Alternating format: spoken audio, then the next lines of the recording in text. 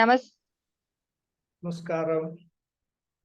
ओम वक्रतुंड महाकाय सूर्यकोटि समप्रभ निर्विघ्नं कुरु मे देव सर्वकार्येषु सर्वदा।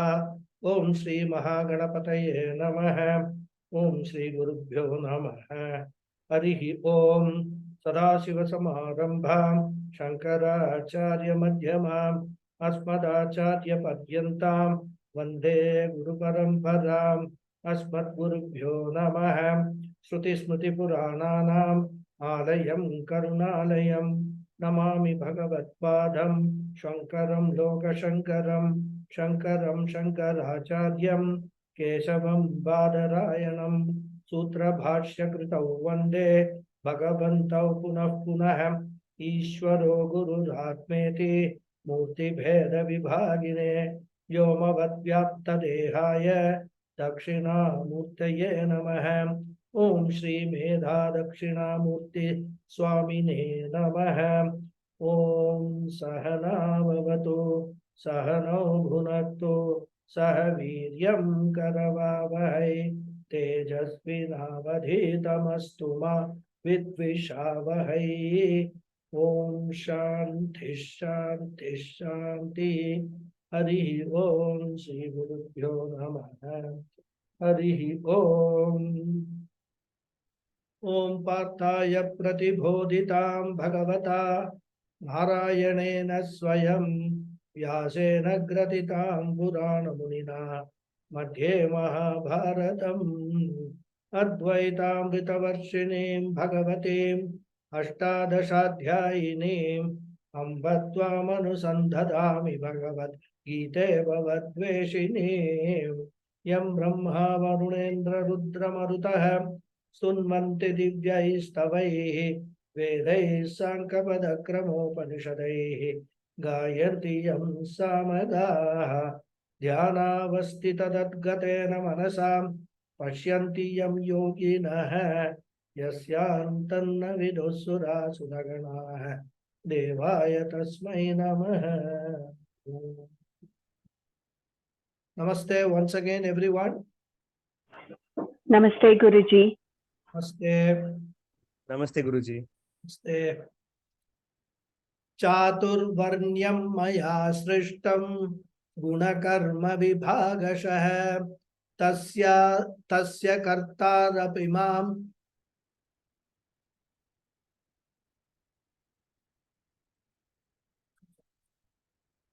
कर्तारमव्ययम्।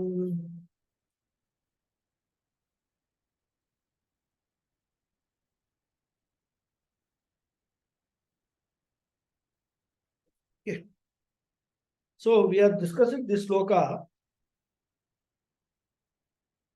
and this sloka basically talks about one aspect of varnashrama vyavastha. As I told you in the last class, this varnashrama vyavastha consists of two subsystems, varna vyavastha and ashrama vyavastha. And this vyavastha, this system, is a part of the Veda, and it is unique to our culture and religion. And it has been designed by the Lord himself for the maintenance of harmony in the creation. It teaches us how to live a life of harmony in which both individual as well as the society will grow without any conflicting interests. Because even when you take case of any machinery, let's say an engine of a car, there are individual parts. Those individual parts have to work efficiently and very, very well for the car to run. But it is not only that the individual parts should function, all of them put together also should function harmoniously for the car to move ahead. So similarly, the society consists of individuals and as a whole, all the individuals as a group. Harmony progress can be maintained only when individual they function, they discharge their functions correctly, and collectively also the society, the individual contributes to the functioning of the harmonious functioning of the society. So as I told you, this sloka specifically deals with Varna Vyavastha. And before getting into the details of this sloka or Varna Vyavastha, we were trying to understand some details about Ashrama Vyavastha, which Krishna does not deal with here. But in order to understand the whole gamut of the Varnashrama Vyavastha, it is important for us to at least know in brief what is this Ashrama Vyavastha. Of course, all of us know what are the four Varnas, what are the four Ashramas and all. Names, etc. we know. But we will see a little more detail about how they function together. So this Ashrama Vyavastha consists of 4 stages of life: Brahmacharya Ashrama, Grihastha Ashrama, Vanaprastha Ashrama and Sannyasa Ashrama. And this system is designed to promote our inner growth, our spiritual growth, without compromising on our material growth. So the whole life is divided into 4 stages or 4 ashramas. And Brahmacharya Ashrama is the first stage. It is a student life stage where a person learns the goals of life, both material and spiritual goal. It's a purely student-oriented life. He has no responsibility other than learning and also performing all those rituals which a student is expected to perform as per the Vedic guidelines. Next stage, Grihastha begins when the brahmachari enters into a married life. And this is the stage wherein the implementation of what was learned in the brahmacharya ashrama begins. Just excuse me, I'll just take this call.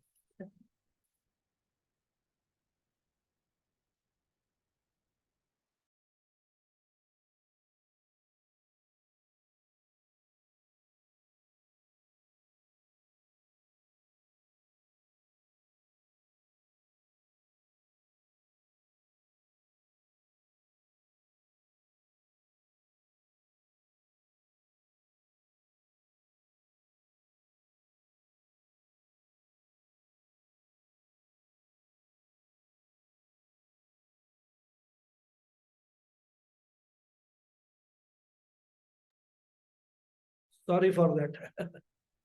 Somebody was ringing the bell. I'm alone at home, Then he has called. Anyhow. So this grihastha starts when the brahmachari enters into a married life. So whatever was learned in the brahmachari ashrama, the implementation of that begins in grihastha ashrama. He has learned about karma yoga, little bit jnana yoga, everything. The course for a brahmachari consists of everything, all Upanishads, Veda mantras, rituals, how to perform the rituals. Everything is, taught to the brahmachari in a span of about 12 to 14 years. Of course, there are higher levels also there. They may take more time for that. 16 years, 18 years, and all. Some people study in the Guru, in the Veda Patashalas. So, the Grihastha Ashrama starts with Karma Yoga Pradhana, wherein a person is encouraged to pursue both material goals and spiritual goals. And the Karma Kanda portion of the Veda prescribes a number of rituals for the pursuit of material goals. And in the last class, I mentioned about this Avahanti Homam also. which is one of the rituals. And material goals may include even, progenies, children, putra, pautra, all that, right? Bahuputra labham, we say that, So we have got a putra kameshti yagam. So many rituals are prescribed in the Purva Bhata. So in the Grahastha one fulfills all his desires in a legitimate manner. But what the Veda says is that all fulfillment of your material goals should be in the background of a religious life. Your day should start with religion. And the day should be spent in the background of divinity. And the day also should end with religion, with the thought of the Lord. Then if a person does such a karma, he will find that his desires become purified and refined. Of course, it does sound a little bit selfish, but we can say that it is enlightened selfishness, which means initially I was interested only in my well-being, but now my desires are such that not only I should be fine, but in the process, others also should benefit. Sarve bhavantu sukhinah, sarve santu niramayah. May the number of people who benefit from my activity be high. Whenever you are doing a puja, pray that the results of this puja should come to me, no doubt, but let it go to all the people around me. Everybody should get some result of this puja. So Sakama Karma Pradhana Grihastha will gradually change if it is performed in this way with the Karma Yoga attitude. The Sakama Karma Pradhana Grihastha will change to what? Nishkama Karma Pradhana Grihastha.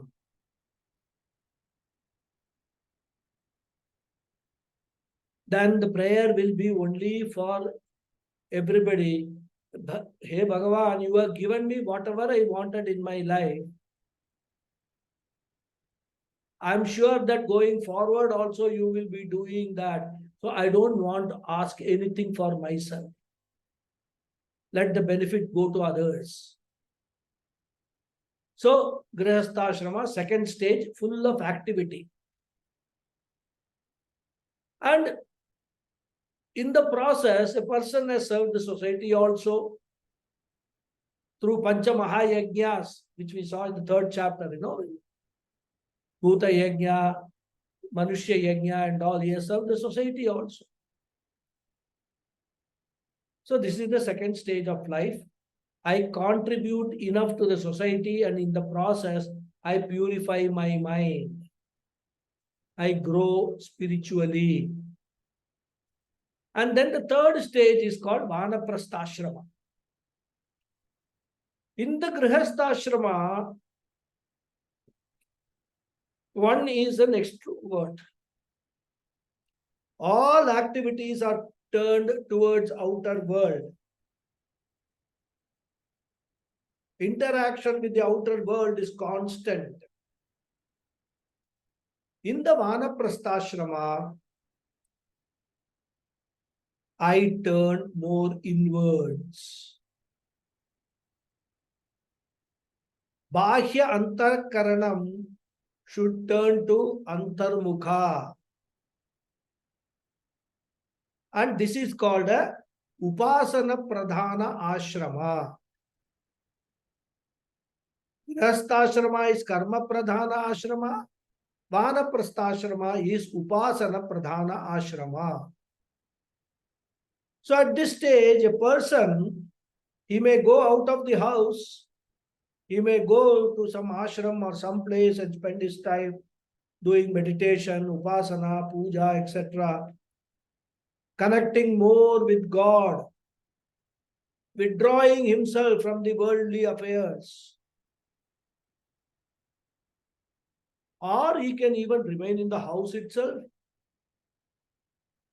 But cut down all these, external activities, predominantly turn inwards, doing upasana, japa all the time. He is no longer interested what is happening, what is politics and all that. His main predominant activity is connecting more and more God, going nearer to that Bhagawad. And then comes the final ashrama known as sannyasa ashrama, wherein a person has got a choice. Either he can go out of the house and then go to Rishikesh, Badrinath, etc., spend his time totally cut away from the family, cut away from his friends, or he has the choice of staying in the house itself, but with the sannyasa attitude, by detaching himself from the family issues and all that. Somebody comes to you for advice, give the advice happily. But don't go and poke your nose. Who is doing what is your spouse doing, what are your children doing. Don't poke your nose and then start giving them unsolicited advice.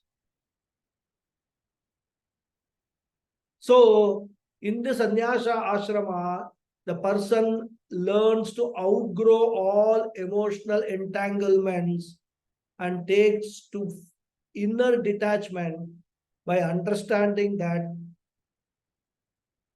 life is that in which associations will have to end in dissociation only. That is what his life is.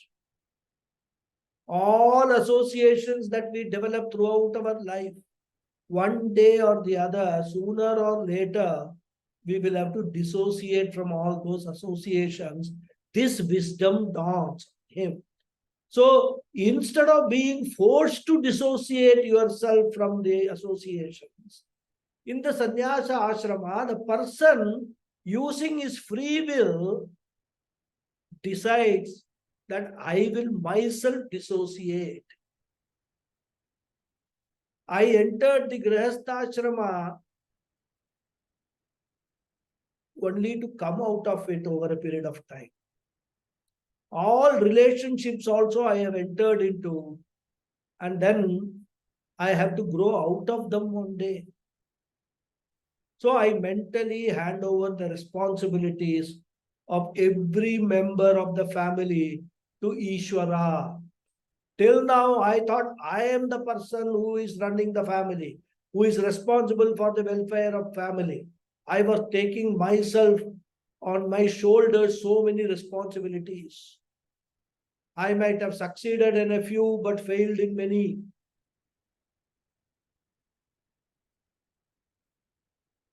In fact, after doing so much for children, we have cases where many children ask the parents, what have you done for me? I wanted to do this, you didn't allow me to do that. I wanted to do that, you didn't allow me to do that. Can you imagine the kind of emotional disturbance that will be created in the parent's mind? So now at this stage, he says, whatever I could do, Bhagavan, I have taken care of it, I have contributed. This is what maximum I could do. Now I hand over the responsibilities of my family to you. Going ahead, you please take care of my family.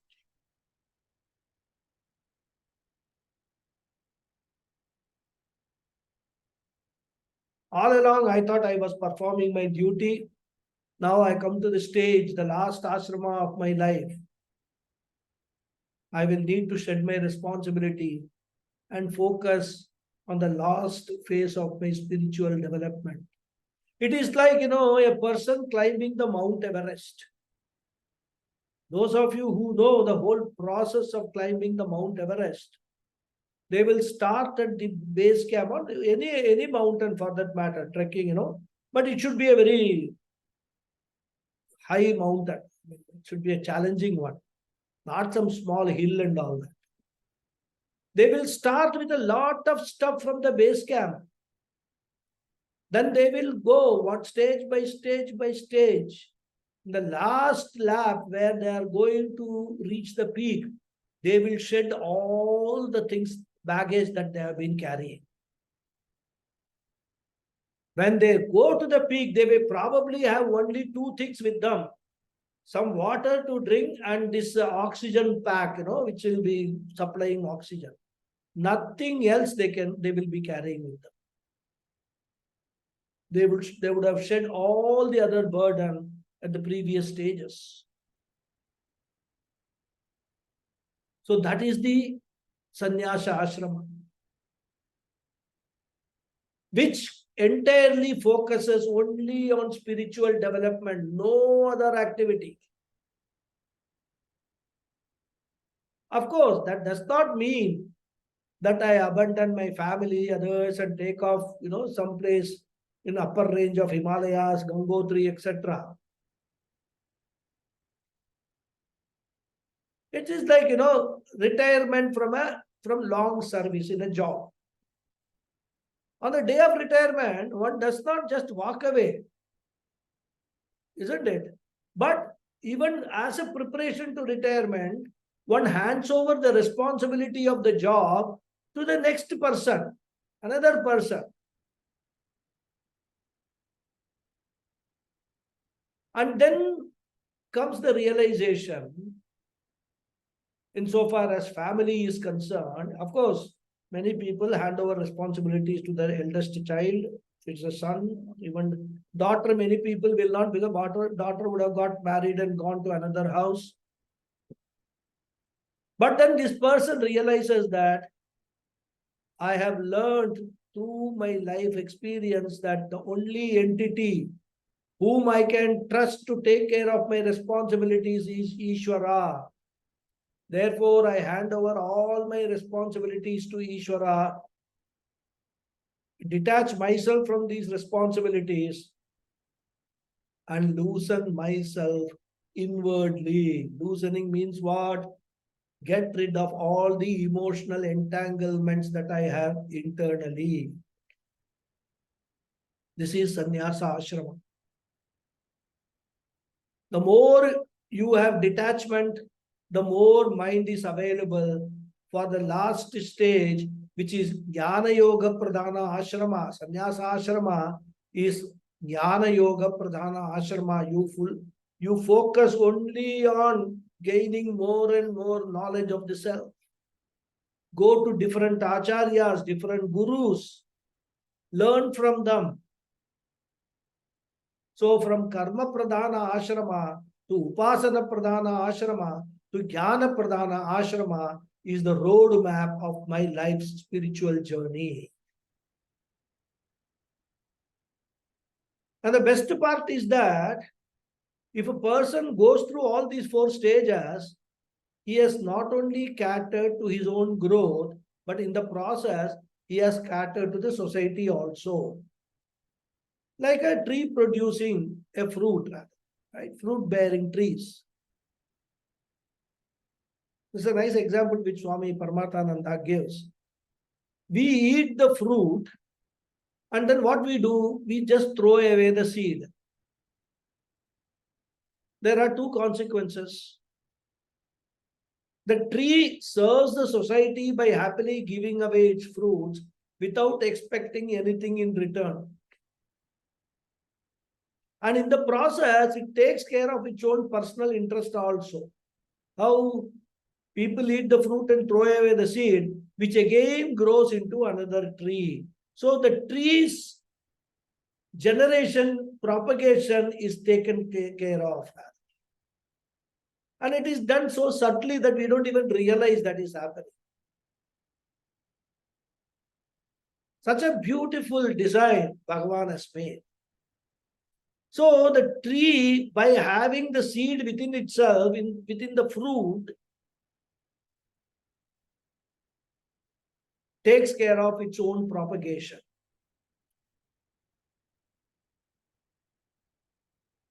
The ashrama vyavastha is also like that only. Whether a person physically goes through these ashramas or not, one has to inwardly, mentally go through all these 4 ashramas at the appropriate stages. So this is the ashrama vyavastha. Briefly, I wanted to 10-15 minutes cover it rather. So the next vyavastha is meant for social health and harmony we can call. That is called varna vyavastha, which is what Krishna is referring to in the first line as Chatur Varnyam Maya Srishtam. He says, being the author of the Vedas, he is the author or creator of this Varna scheme also. And this scheme consists of Chatur Varnyam. Chatur Varnyam means 4 Varnas. Varnas we can actually define as divisions or classes or groups.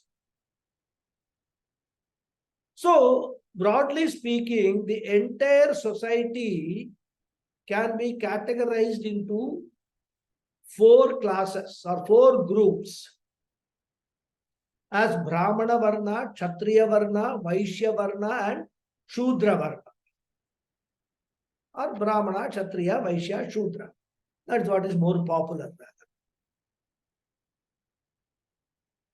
In fact, this sloka has come so timely. There's a big controversy going on in Tamil Nadu on this Varnashrama Vyavastha. Everybody giving their own version of what Varnashrama Vyavastha is, without having any basic understanding of what it is all about. So I said 4 divisions, four categories. Now question is, what is the basis of this division?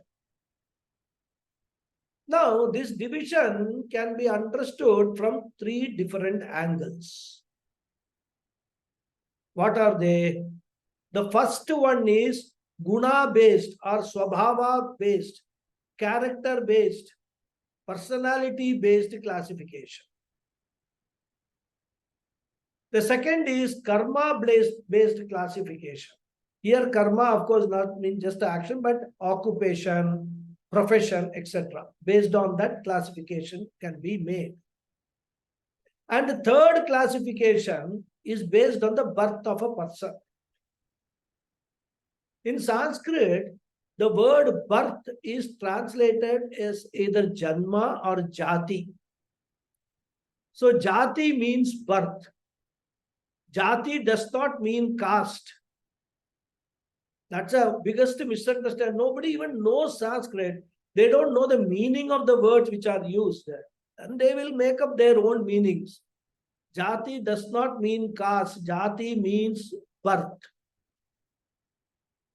And this is derived from the root jan pradurbhave, which means to be born. Jan dhatu.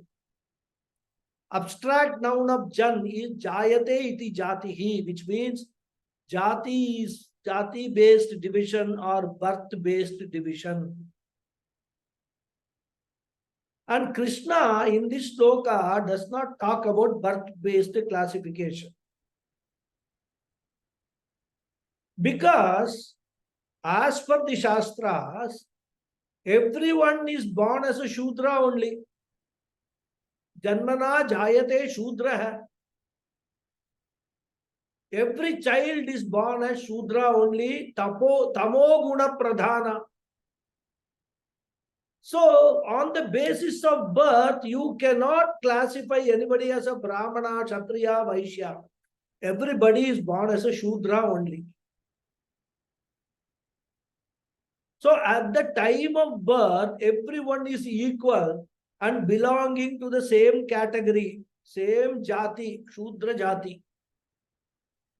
Then, of course, based upon guna and karma, one can move to a Brahmin class or a Kshatriya class or a Vaishya class or even remain as a Shudra. So this is based on one's personality and also one's occupation, as I said, guna and karma. It is because of a lack of knowledge and understanding of this fundamental fact that we have got all controversies about caste hierarchies, etc.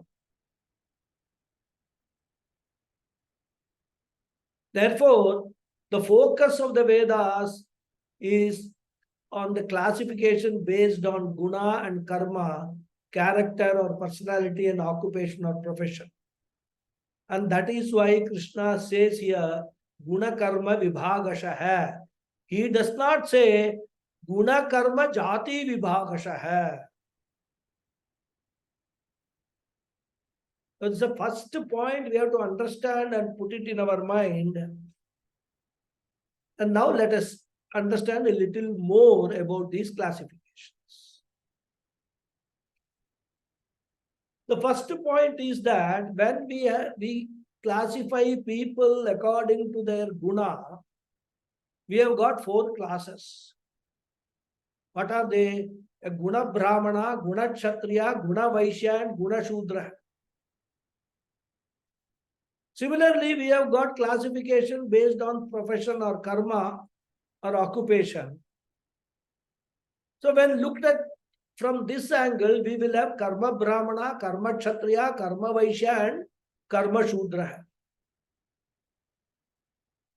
Of course, as I said, the scriptures do not focus on that, but we can also have the third classification, which is purely based on birth.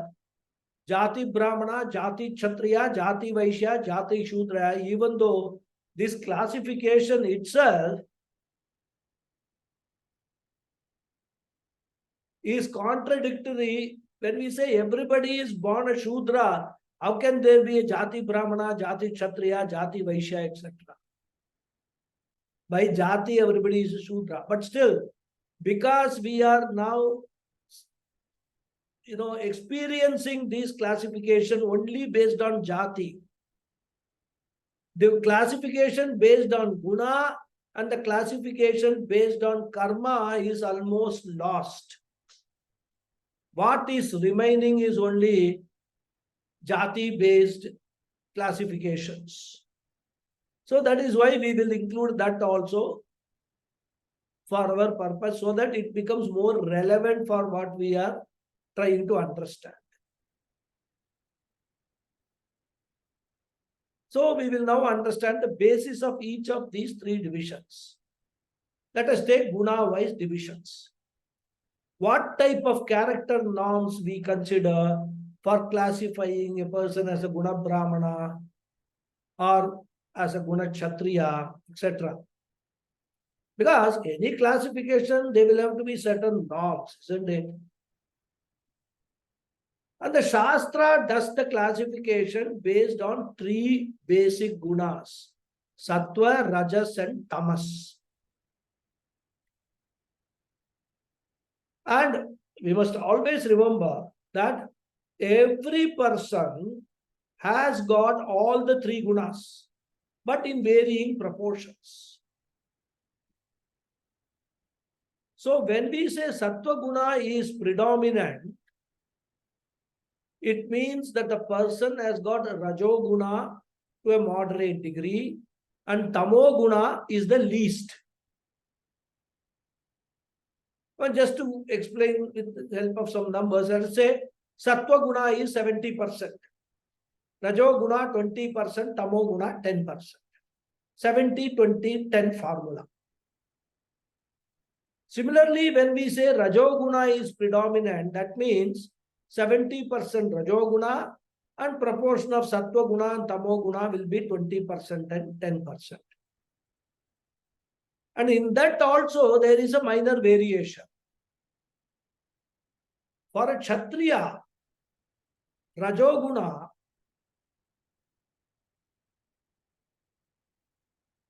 Sattva guna, Tamo guna will be in the ratio, as I said, 70-20-10. So dominant Rajo guna, followed by a moderate Sattva guna, and the least Tamo guna. Whereas for a Vaishya, while he will also have a dominant Rajo guna, the proportion of Sattva guna and Tamo guna is reversed.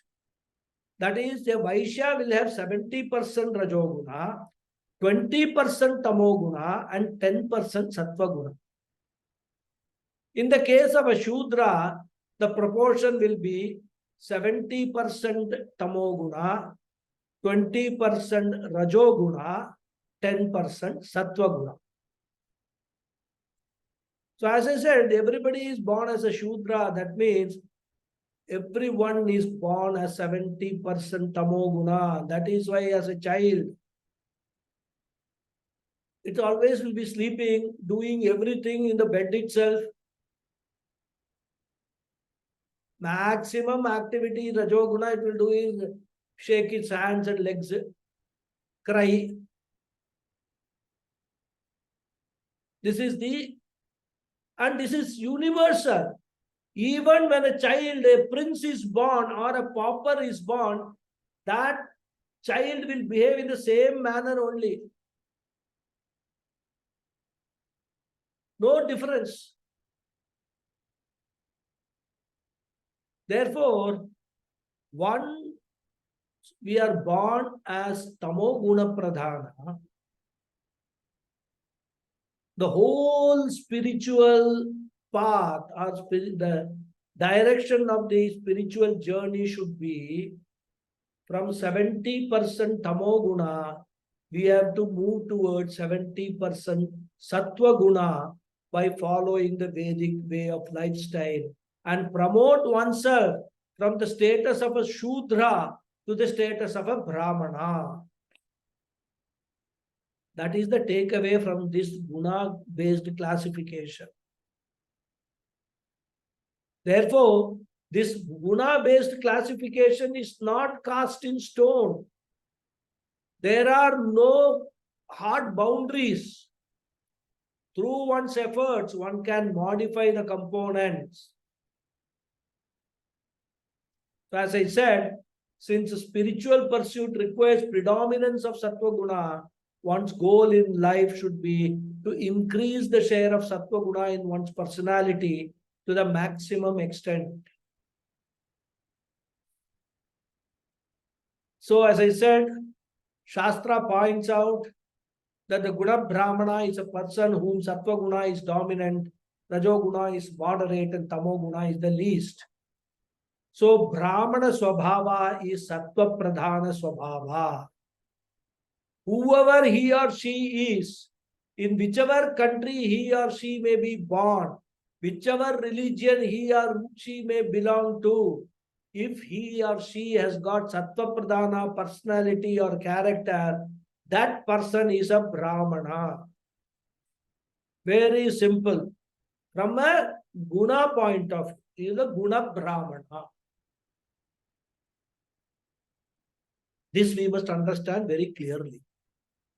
Now the question is, how to know what is Sattva Pradhana character? Again, the Shastra says the word Sattva represents calmness, tranquility, intellectual nature or intellectual efficiency. So intellectual efficiency or intellectual tranquility is indicated by Sattva. So a Guna Brahmana is one in whom Sattva Guna is dominant, predominant. He is more of an introvert person, a thinker. What about a Guna Kshatriya? The characteristics of a Guna Kshatriya are hyperactivity, Rajo Guna Pradhana.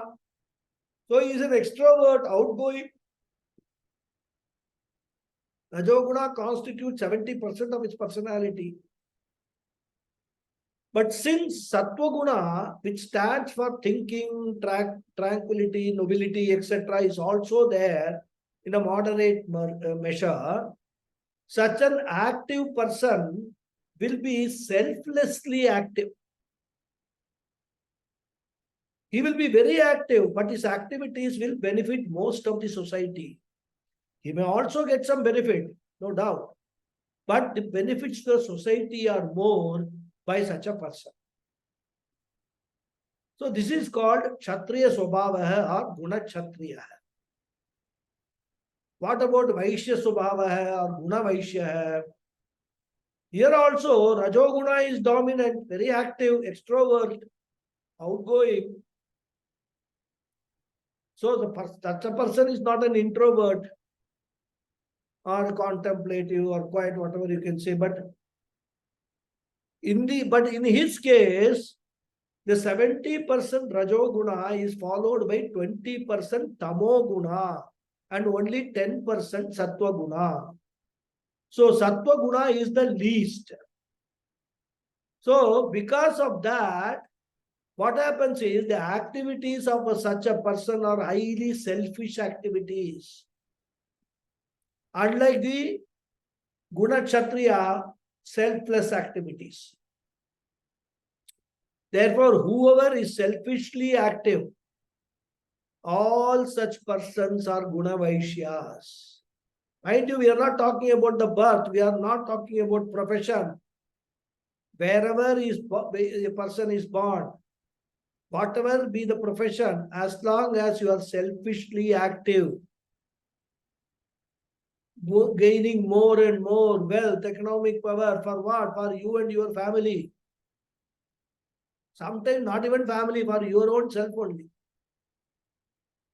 Even in a religious activity, in which you want to get more and more and more money, you may call yourself a Brahmana, but according to Vedas, you are a Guna Vaishya only. I need not give you any examples. We come across all such cases quite often. Now, what are the characteristics of a Guna Shudra? As I said, Tamo Guna predominant. Rajo Guna is number 2. Sattva Guna is the least. Since Rajas and Sattva are less, thinking activity is also very, very minimum. Skilled activity is also minimum. Mostly unskilled activity. Of course, activity we will talk about later. So this person, Tamoguna Pradhana, neither internal activity, intellectual activity, nor is there any external activity. Such personalities will be lazy, procrastinating, neither inwardly active nor outwardly active. Now somebody may ask, what about when you sit for a meditation? We must understand this carefully. Whenever we are meditating or in contemplation, we are not outwardly active, but the mind is alert and active. And when you are physically active, like running and jogging, etc., your mind may not be active, but you are physically active. Whereas tamas represents the suppression of both inner and outer activities. So dull personality, most of the time either sleeping or sleepy. If there is some activity the person undertakes, it will be only a mechanical, thoughtless activity. As I said, unskilled people, mechanically doing things, they are called Guna Shudras, whatever be the birth, and whatever be their profession. A person born to a Guna Shudra can be a Guna Brahmana. That is the beauty. We'll come to that later. So therefore, we have got Guna Brahmana, Guna Kshatriya, Guna Vaishya, Guna Shudra. This is the Guna-based classification. Then the next classification is Karma-based classification or profession or occupation. Occupation-based classification. In this classification, the profession that a person takes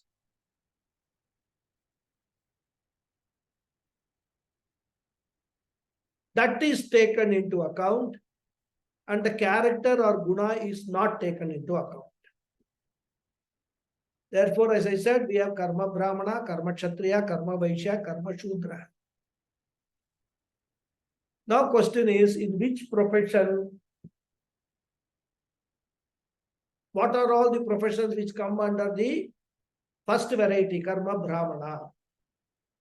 The Shastras say that all activities which are connected with intellectual process, education, research, propagation, teaching, etc., come under this category because all of them are connected with intellectual activity. Intellectual can be both spiritual and non-spiritual. Aparavidya and paravidya. Aparavidya and paravidya. Scriptural study, propagation, etc., everything will come under that. But all intellectual professions, scientists, etc., will come under the Brahmana karma. And whoever has taken that profession is a karma Brahmana. All teachers will come under karma Brahmana. Whether it's a Vedic teacher, Vedantic teacher, physics teacher, maths teacher, chemistry teacher, all are karma Brahmanas.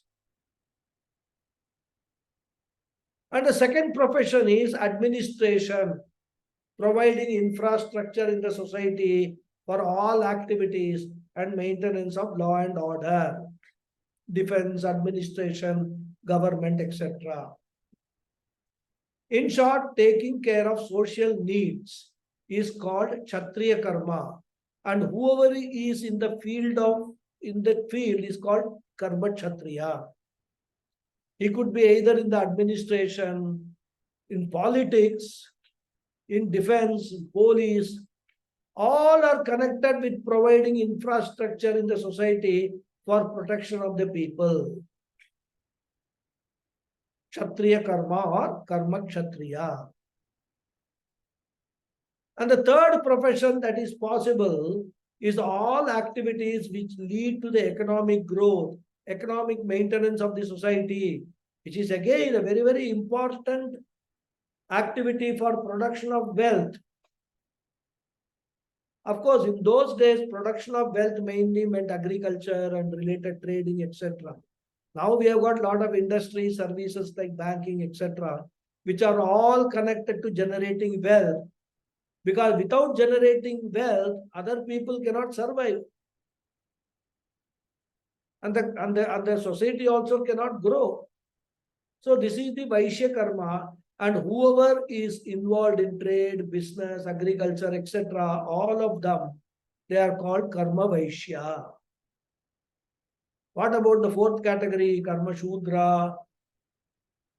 Shastra says all the activities which help the other three, that is karma Brahmana, karma Kshatriya, and karma Vaishya, in running of their professions or occupations, all the unskilled work which one does to help all the other three categories. Because these three categories, they require special skills, whereas karma Shudra does not require any special skill. But even though they can do all the planning, etc., for implementation, they require manpower.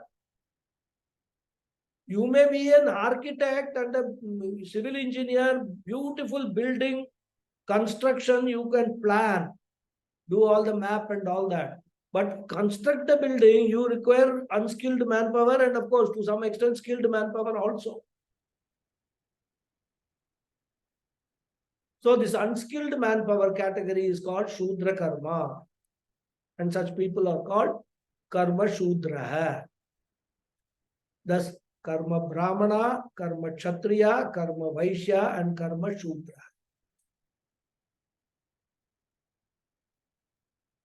And the most important thing to be remembered is that a person who is a Karma Brahmana need not or may not be a Guna Brahmana.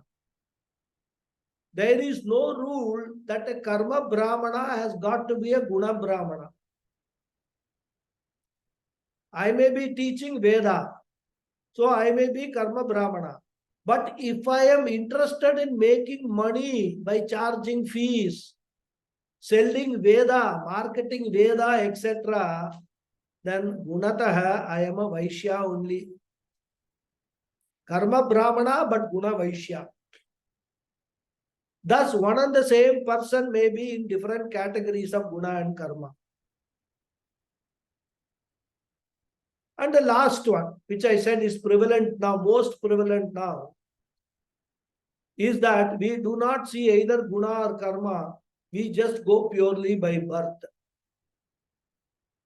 When a person is born to a Brahmin by profession, just because, or a Karma Brahmana, just because he is born to a Brahmin, we call him a Brahmin. Now that has also gone away. The parentage may not be a Brahmin, forget Guna Brahmana, even Karma Brahmana, but just because he is that person, once upon a time was that family originated from a Karma Brahmana, even people who have got absolutely no connection with Brahmana Karma call themselves Brahmins. That is where it has now landed into all sorts of problems. Karma Brahmana, the Jati Brahmana, Guna Vaishyas or Guna Vaishyas. They do everything calling themselves Brahmins, Brahmana, but all their activities are all selfish. And in order to do that, they have been grabbing from other, people, things, including they demand respect from other people because I am born in a Brahmin family. Your father is not a Brahmin, Karma Brahmana. Your grandfather may not have been a Karma Brahmana.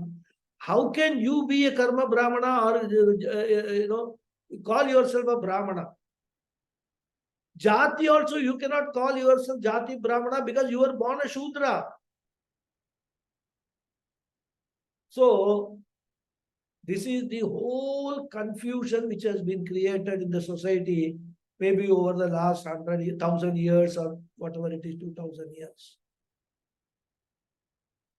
Because when a child is born, nobody knows what profession the child is going to take, isn't it? But just because he is born to a Brahmana, again a Jati Brahmana, not even a Karma Brahmana, he calls himself a Brahmana. So this is Jati Brahmana purely based on parentage. So we can have Jati Brahmana, Jati Kshatriya, Jati Vaishya, Jati Shudra. Suppose a Jati Brahmana becomes a politician. So he is a Jati Brahmana and a Karma Kshatriya, because he may become minister or whatever, MP, minister, etc. A Jati Brahmana can become a Karma Kshatriya even if he joins defense forces.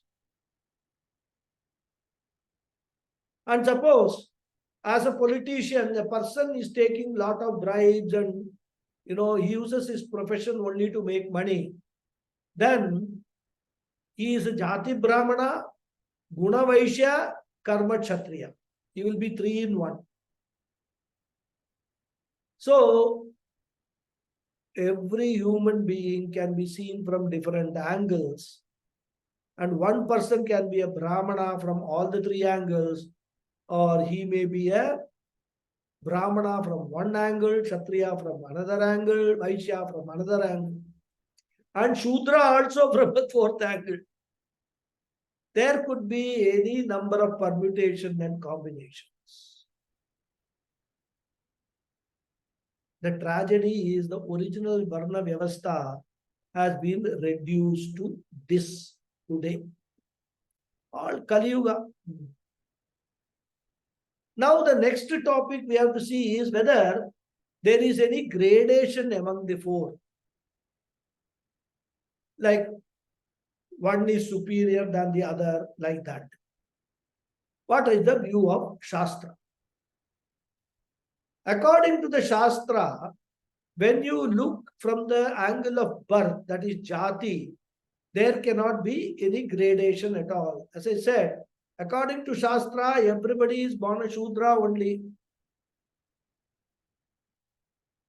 Of course, Shastra states this in the context of a guna or personality. But From a jati angle also, everybody is born as a Shudra only, as I just now explained. Therefore, all are to be equally respected, irrespective of one jati. Therefore, Jati Brahmana, Jati Kshatriya, Jati Vaishya, Jati Shudra, all are equal. And as I said, today's problems have cropped up because we have started differentiating based on Jati. That's what we are facing now. It is not a mistake of the Shastras, but it is the mistake of the present day society, which is grading people based on Jati. A person who is a Jati Brahmana gets away doing all akramams. Then how can he get respect from other person? Therefore, Jati cannot give any person any superiority.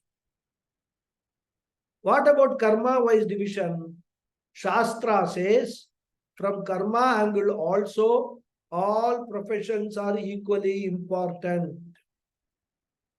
Teachers are important in a country. In fact, when teachers are respected alone, the country will grow. What about administration, defense, police, law and order maintenance? Very important. Defense is important, especially when we have got unfriendly neighbors. What about economic well-being? That is also important. That is why we constantly keep measuring economic well-being in terms of GDP, per capita income, etc.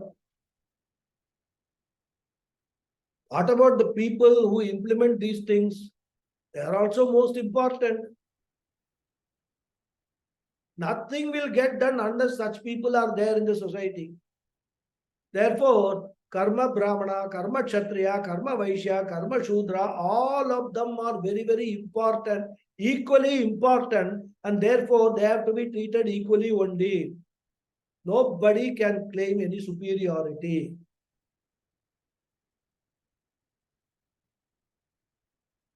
That's why in Purusha Suktam, these four professions are compared to the four organs of the body. Brahmanosya mukhamasit bahurajanyakritah uru tadasya yadvaishah padbhyagum shudro ajayata. Again, this shloka people quote and totally misinterpret this shloka. The Brahmana profession, the karma Brahmana, is one who is responsible for the growth and propagation of knowledge, not only spiritual knowledge, but also material knowledge. Material knowledge will thrive only when there are scientists, engineers, etc. And that's why Purusha Suktam says Brahmanosya mukhamasit. Mukham stands for Vak. Vak stands for knowledge. And that is why Saraswati Devi has got a name Vak Devi. Knowledge is very important in a society. Not only we require people to propagate knowledge, it says Bahu Rajanya Kritaha. We require soldiers. We need strong borders. A Brahmana can teach or a scientist can peacefully do research only when the country is protected from the enemies. Therefore, equally important is the soldier, including administration, defense, and all of them. Therefore, they are compared to the Bahu. Bahu means hands or arm. And Bahu also represents strength.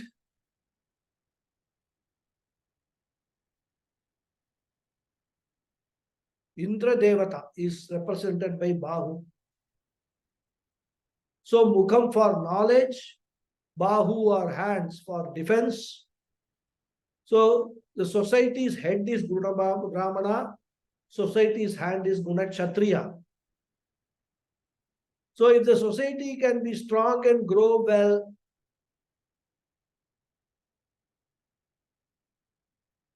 it has to be economically strong also. Even for research, we require money. So there were grants are required, then only research can be done. That's why in the West, West is so much scientifically advanced only because they put in a lot of money. Without money, a Brahmana cannot do his job, a Kshatriya cannot do his job. And therefore, money or wealth is very important. And whoever takes care of that part is called a Karma Kshatriya. Therefore, he is compared to what? Uru Tadasya Yad Vaishya, the thighs and kneecaps.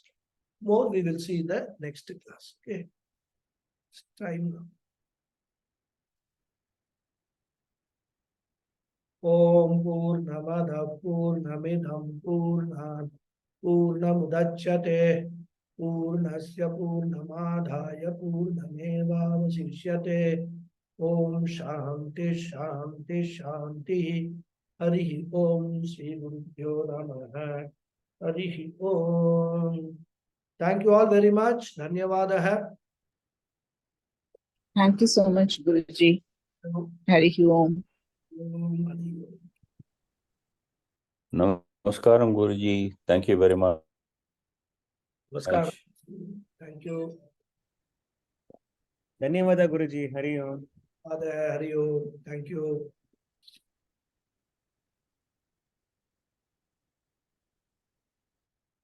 No hands are going up. So I think no questions are there.